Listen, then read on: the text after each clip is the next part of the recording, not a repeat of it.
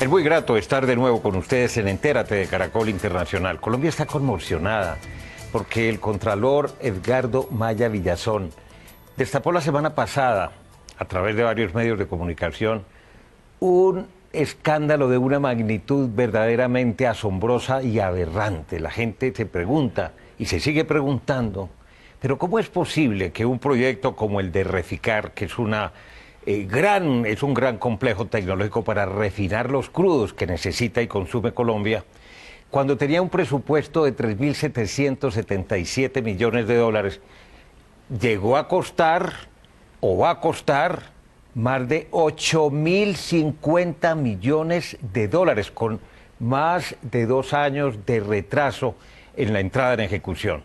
Las cifras son verdaderamente aterradoras y por eso hemos invitado al propio Contralor para conversar sobre este particular, porque algo debe oler a podrido ahí. Tiene que haber mucha corrupción, cuando no desgreño, desidia, negligencia, incentivos para que las cosas no se hicieran bien, porque desde la contratación misma y desde el momento en que se abrió la licitación para conseguir un socio en el gobierno del expresidente Álvaro Uribe de 2006, las cosas empezaron y nacieron mal. Contralor, gracias. Mil gracias a usted, Darío, y aquí a lo que usted quiera que le informemos a usted y a la opinión pública. Bueno, yo soy un ciudadano común y corriente, como todos los televidentes.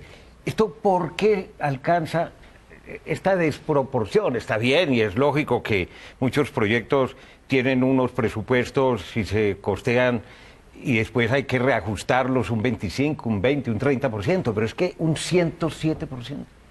Sí, yo creo que aquí hay un tema fundamental, un tema central, que hay que darle la información a la sociedad colombiana, que es lo que yo he hecho. Es mi deber, es mi obligación como Contralor General de la República de entregar esta información en un proyecto que se planeó en un COMPES de 2004 y 2005 en el gobierno de ese entonces, para que Colombia fuera autosuficiente en gasolina y en diésel, los combustibles esenciales para mover el país, y sobre todo con un cálculo que se hizo de la modernización de la antigua refinería de Ecopetrol en Cartagena, sobre un monto de 3.900 millones, pero con un propósito: buscar un socio mayoritario y que Ecopetrol fuera un socio minoritario, es decir, hacer la mínima inversión por parte del Estado colombiano y una mayor inversión.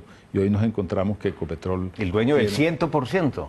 Los 8.060 millones de dólares son a costa de Ecopetrol, a costa de los colombianos. Ahora uno se pregunta al Contralor Edgardo Maya, se hizo una licitación, se la ganó Glencore, que es una multinacional suiza, carbonífera, esa es su especialidad, pero ellos realmente de montar o de modernizar, repotenciar una generadora de esta magnitud como de Reficar, no sabían absolutamente nada. Sí, esta es una empresa que fue la que se ganó la licitación pública internacional, a la cual concurrieron muchos proponentes, más de 30 proponentes, y finalmente quedaron Glencore y Petrobras, que es la petrolera brasileña del Estado brasilero, y se lo dieron a Glencore, se le otorgó pues esa... ¿Y se lo dieron por un monto de una diferencia? Uno ofreció 625 millones de dólares y otros 630 millones de dólares. Pero con una diferencia también, Contralor, y escúcheme, Petrobras sabía el tema, sabe el tema, otra cosa es la corrupción. Esa era la anotación que iba a hacer, y Glencore es una empresa sin ninguna experiencia en el campo. Y lo más grave es que Glencore después se busca un socio, que es CBI, que tampoco tiene experiencia en el campo. Entonces, aquí lo que hay es un punto que tiene uno que manifestarlo públicamente y con toda la responsabilidad, una falta de planeación en este proceso. Pero todas las licitaciones internacionales se adjudican normalmente al más barato, no tienen en cuenta... Sí, hay unos factores, trayectoria, idoneidad, conocimiento, experiencia. El conocimiento, es correcto que había que hacerlo en esa forma, y pues ya eso arrancó mal. Entonces, eso arrancó mal porque posteriormente Glencore se sale del negocio. Y le damos 549 millones de dólares. Le entregamos 590 millones de dólares para que se fuera, o por la ida. Eso también es un punto también grave, que implica pues que ella recibe una retribución de los gastos que tuvo por esta cuantía, pero yo creo que lo más grave es la llegada de CBI también, porque CBI queda dueña del proyecto. Y de la construcción. No, y lo más grave no es esto, es que la gente de Glencore sigue vinculada a CBI.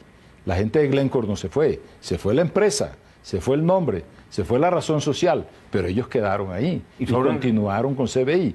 Entonces, ¿qué le toca a Ecopetrol? Asumir toda la responsabilidad del proyecto, asumir el costo de los créditos internacionales en la banca internacional, que son de más de 3.000 millones de dólares, y con recursos propios inyectarle más de 900 millones de dólares. Es decir, entrar a pagar todo el costo de este proyecto, y lo que nos le parece en el estudio a la Contraloría grave es que terminamos con una planta de esta naturaleza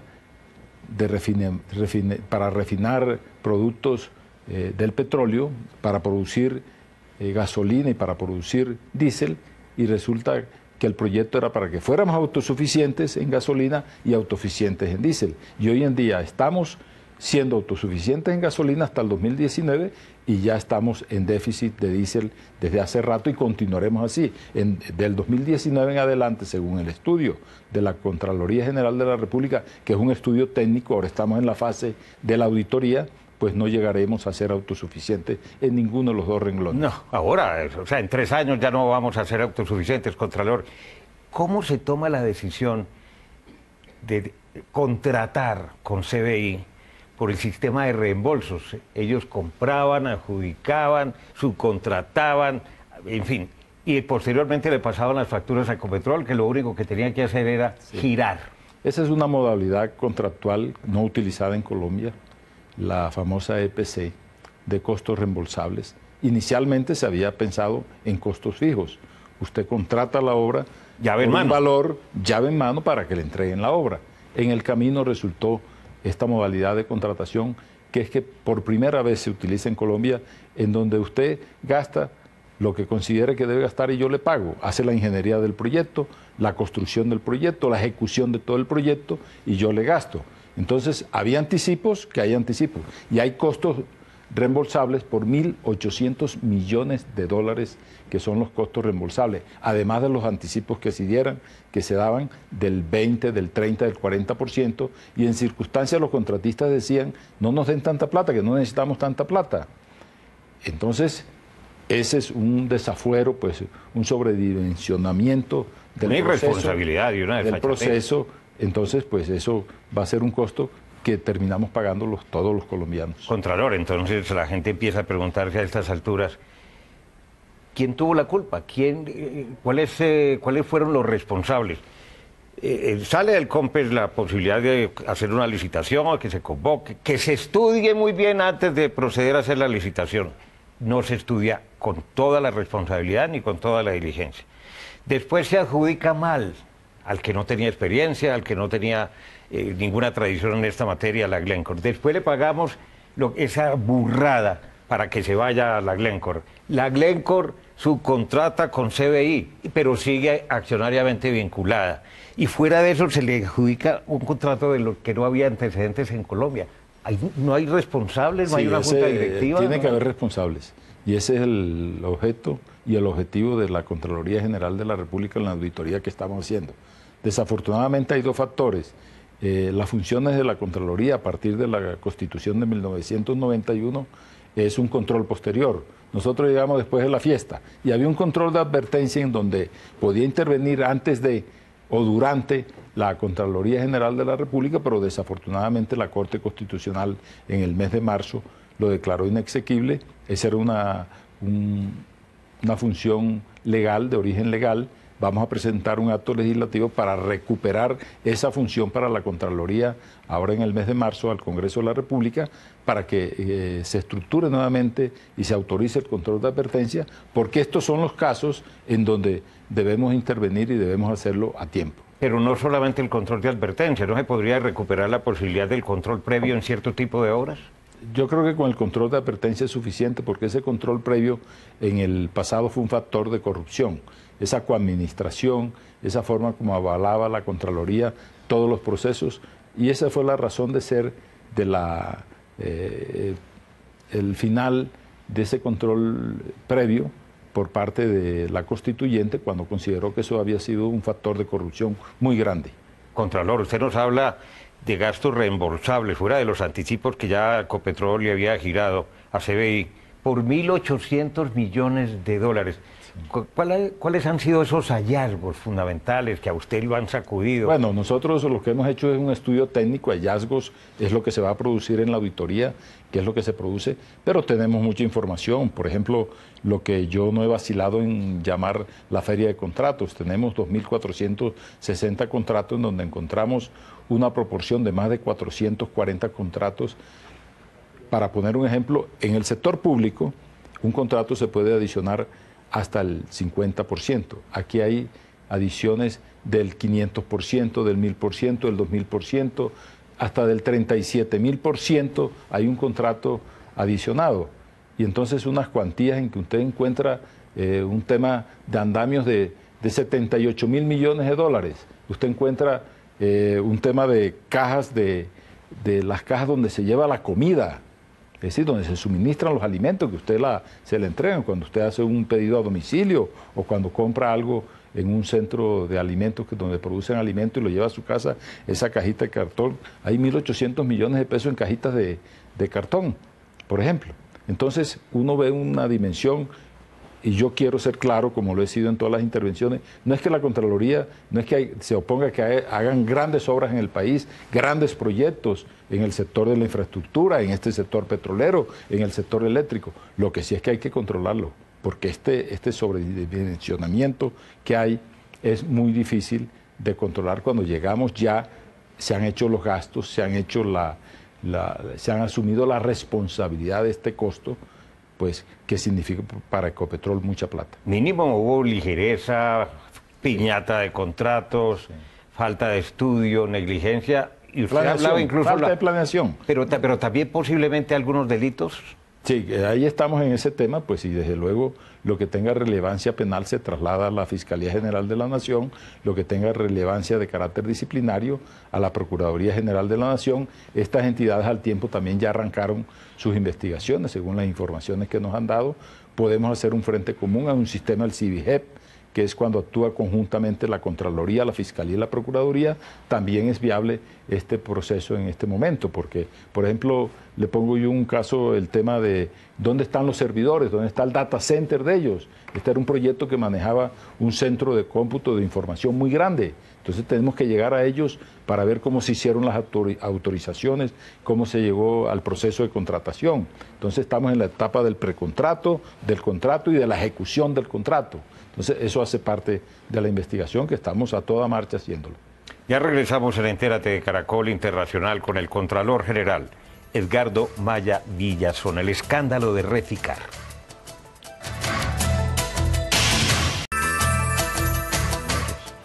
Regresamos en Entérate de Caracol Internacional con el Contralor Edgardo Maya. ¿Nos puede facilitar algunos ejemplos, algunos casos de contratación adicionales al que nos ha mencionado que a usted le han llamado la atención a la Contraloría? Por ejemplo, esta es una obra calificada dentro del sector de la refinería estándar. No es una obra de alto nivel en cuanto a la categoría. Y encuentra uno, por ejemplo, Darío, cosas muy claras en donde se importan ingenieros, se traen personas. Creo que en Colombia tenemos gente capacitada para este tema de la ingeniería, en donde encontramos que se planifican, y bien ahí el tema de la falta de planeación, 2.120.000 horas de estos profesionales, y se llegan a 5 millones de horas hombre de estos profesionales, en donde están en un rango de hora entre $175 a $400. Entonces, encontramos personas que por hora están en el 1.200.000 pesos. Es decir, 2 salarios mínimos por hora, aproximadamente por hora de persona. Entonces, pues, esa es una cosa que nos dé. Por ejemplo, el tema de las grúas.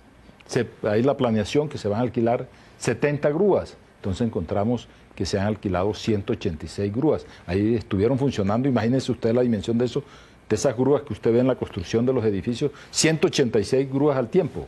Entonces, unas se retardaron 3, 4 meses en entrar a funcionar y esas grúas estaban aproximadamente en $150.000 de arriendo mensual. Es decir, 450 millones de dólares, de pesos, perdón. Yo no sé cuánto en una edificación normal, y en eso estamos en las investigaciones, se paga en Colombia por el alquiler de una grúa. No sé cuáles serán los valores. Y nos parece otro tema en el tema de tuberías, en el tema eléctricos. Es decir, hay una serie de circunstancias particulares que alarman y sobre todo la dimensión que nos alarman, nos causan alarma, entonces nos obligan a profundizar rápidamente en la investigación para entregar esos resultados. Contralor, y uno dice, ¿y dónde estaba el presidente de la compañía? Bueno, Orlando Cabrales Santos, o el rey después. Pues nosotros en cuanto a responsables, eso es lo que se va a establecer. Pero sí encontramos un detalle que estamos precisándolo, en donde la Junta Directiva de Reficar tenía el deber de autorizar adquisiciones, compras, contratos, en fin, sobre 5 millones de dólares. De ahí abajo era caja menor. Imagínense una caja menor de menos de 4 millones de dólares, de 3 millones de dólares, de 2 millones de dólares, lo que se podría hacer con esa caja menor. Pero usted habla de una junta de Reficar, es que eso es una sí, junta distinta a la de Ecopetrol. Sí, el superior es la junta directiva de Ecopetrol, presidente de Ecopetrol, junta directiva de Reficar, gerente de Reficar, ordenadores de Reficar, ya hay un rango de todos los niveles en la empresa de Reficar, y ese es el trabajo que está haciendo la Contraloría en la forma de el tema de que le dije del momento precontractual, el contractual y la ejecución del contrato y quienes intervinieron en esos procesos. O sea, el vehículo financiero que utilizó Ecopetrol fue la junta, mejor dicho, Reficar, que tenía una junta del presidente de la organización y 2 personas más. Esos eran los que autorizaban, pero ellos no tenían obligación de reportarle a la junta directiva de Ecopetrol. Sí, estamos mirando cómo era el proceso, el itinerario que tenían los contratos de acuerdo con la cuantía. Por ejemplo, le da un dato exacto. La Junta Directiva de Reficar autorizaba contratos por encima de 5 millones de dólares, de ahí hacia abajo no había necesidad de ir a la Junta Directiva. Entonces, ¿quiénes manejaban esos contratos de 3, de 4, de 2, de 1 millón de dólares? Que son contratos cuantiosos en nuestro medio. Este no es un país de grandes riquezas, y usted un contrato de 4 millones de dólares, un contrato de 12.000 millones de pesos, ya comienza a ser dinero. Y en volúmenes, en 2.460 contratos, eso se multiplica muchas veces. Claro, llama la atención que el primero que puso el dedo en la llaga, por lo menos empezó a preguntar en una junta directiva, fue el titular hoy de Ecopetrol, el exministro de Hacienda en ese entonces, Juan Carlos Echeverry, que dijo, pero ¿cómo es posible? ¿Cómo va a Reficar? ¿En qué punto se encuentra en ejecución el proyecto? ¿Y cuánto ha costado de más y cuánto va a llegar a costar? El país, yo no sé qué pasó con el gobierno de entonces. ¿Y qué pasó en Colombia que nadie como que... Incluso él palmoteó en una junta directiva, se enfrentó verbalmente a Orlando Cabrales. Eso mereció pues la consideración de los medios, pero desde ese punto de vista que se le había volado la piedra al doctor Echeverry. Sí, ¿Por qué el país no reaccionó? Sí, ya en ese momento el sobrecosto iba en 1.500 millones de dólares. Ya había trascendido más allá de los 3.900, ya iba en 5.400 millones de dólares. Pero faltaban 3.000 millones de dólares por ejecutar. Faltaban más o menos 2.500 millones de dólares, que eso es mucha plata en un país como todas las cantidades de obras que se pueden hacer. Ahí hay una comparación que han hecho ustedes los periodistas, que el canal de Panamá vale 5 millones de dólares, la ampliación, esa mega obra que se ha hecho, que si usted hace el metro de Bogotá, la primera línea, vale 7 millones de dólares. 7.000. 7.000 millones de dólares, perdón. Y si usted va al tema del valor de la venta de la participación de Colombia en Isagen, esto es 4 veces la participación del valor que tenía el Estado colombiano de su participación en Isagen. Entonces, son temas que sí, a la opinión pues le han horrorizado, la han conmovido, la tienen conmovida, y el deber de nosotros es entregar resultados. Hay un tema que se está hablando, y yo quiero también hacer claridad sobre el tema de que se está convocando a un tribunal de arbitramiento en una demanda que se va a establecer por parte de Reficar contra CBI, que esta información, no, yo creo que aquí hay unas conductas que desde ahora están calificadas a título de dolo. Esas son unas conductas pues que querían producir daño. Esas no son conductas de manera desprevenida, deliberadas, pensadas. No, aquí hay unas cosas para ganar dinero. y pensadas, y yo me atrevo, pues sin tener resultados todavía, a decir pues que eso no son actos de inocencia y de mera conducta. No, delincuencial, de cuello blanco, sin duda alguna. Ya regresamos al último segmento con el Contralor Edgardo Maya.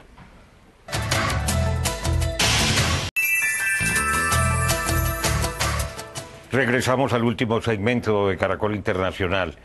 Usted había expresado su temor que de pronto los altos funcionarios del CBI se pudieran fugar o ir del país y que se perdiera mucha de la información contenida en los discos duros y en todo el centro, data centro. ¿Eso en qué va? Esa es una apreciación muy clara la que usted hace. Es decir, ellos terminan su contrato y se van. Ellos son unos contratistas que estaban ejecutando una obra. Es una empresa norteamericana que tiene su sede en la ciudad de Chicago y terminan su obra. Lo mismo de Foster & Willard, que es el gerente del proyecto. Era el que controlaba. También es una firma norteamericana. ¿Todavía está aquí? Terminan y se van. Ya ellos se han ido. Ellos se han ido porque ya el proyecto, ya la refinería está en un momento de pruebas y va a entrar en el primer trimestre que termina el mes entrante, pues ya en actividad plena, y pues ya ellos han entregado su producto. Entonces, por eso es que hemos advertido que tienen que entregarnos toda la información. ¿Y la están entregando toda la información? Hasta ahora Reficar ha entregado la información que hemos solicitado. ¿Y CBI? Pero nosotros, necesitamos la información de CBI.